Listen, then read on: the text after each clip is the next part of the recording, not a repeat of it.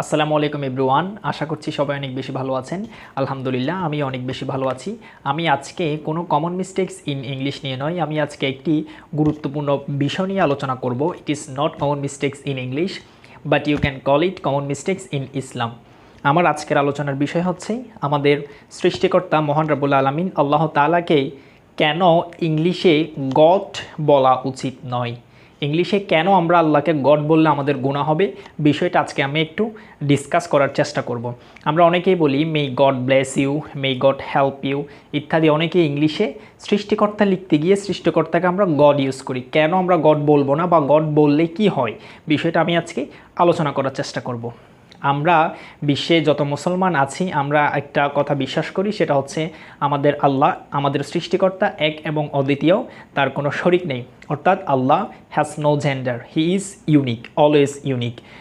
আচ্ছা, আমরা সূরা ইখলাসের যে 3 নম্বর আয়াতটা, সেটা ছিল এভাবে, লাম ইয়ালিদ ওয়ালাম ইউলাদ, তিনি কাউকে জন্ম দেয়নি এবং তিনি কারো থেকে জন্ম নেয়নি। এখানে তিনি বলতে স্বয়ং আল্লাহ তাআলাকে বোঝাচ্ছে। এখন আল্লাহ তাআলাকে আমরা ইংলিশে লেখার ক্ষেত্রেও আল্লাহ লিখব, গড লিখব না। কেন গড লিখব না?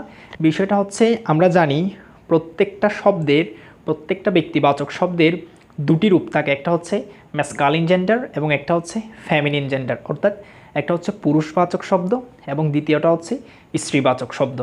যখন আমরা আল্লাহকে গড বলে সম্বোধন করব, তখন কিন্তু আমাদের জানতে হবে গডের একটা স্ত্রীবাচক শব্দ আছে। গডের স্ত্রীবাচক শব্দটা হচ্ছে গডেস, GODDES, গডেস। এটা হচ্ছে গডের স্ত্রীবাচক শব্দ। কিন্তু আমরা যেহেতু বিশ্বাস করি আল্লাহ এক ও অদ্বিতীয়, আল্লাহর কোনো শরিক নেই, সেক্ষেত্রে তো স্ত্রীবাচক শব্দ আসতে পারে না। এটা তো শিরক হচ্ছে।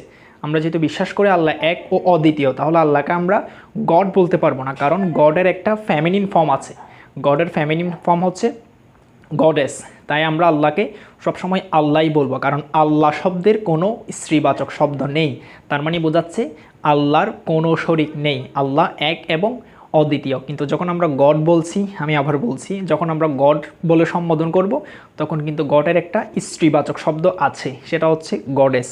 তো সেক্ষেত্রে আমরা আল্লাহ যে এক ও অদ্বিতীয় সেটা কিন্তু লঙ্ঘন করছি, সেক্ষেত্রে আমাদের অতিরিক্ত গুনাহ হতে পারে। তাই আমরা আজ থেকে আল্লাহকে সবসময় আল্লাহ বলে সম্বোধন করব এবং লেখার ক্ষেত্রে আল্লাহ লিখব এবং আল্লাহর প্রনাউন যখন লিখব তখন অলওয়েজ বড় হাতের হি লিখব, অলওয়েজ বড় হাতের হি লিখব আল্লাহর প্রনাউন লেখার ক্ষেত্রে। এটা খুবই গুরুত্বপূর্ণ বিষয়। আশা করছি বুঝতে পেরেছেন। আজকে এতটুকুই। ভালো থাকবেন। আসসালামু আলাইকুম।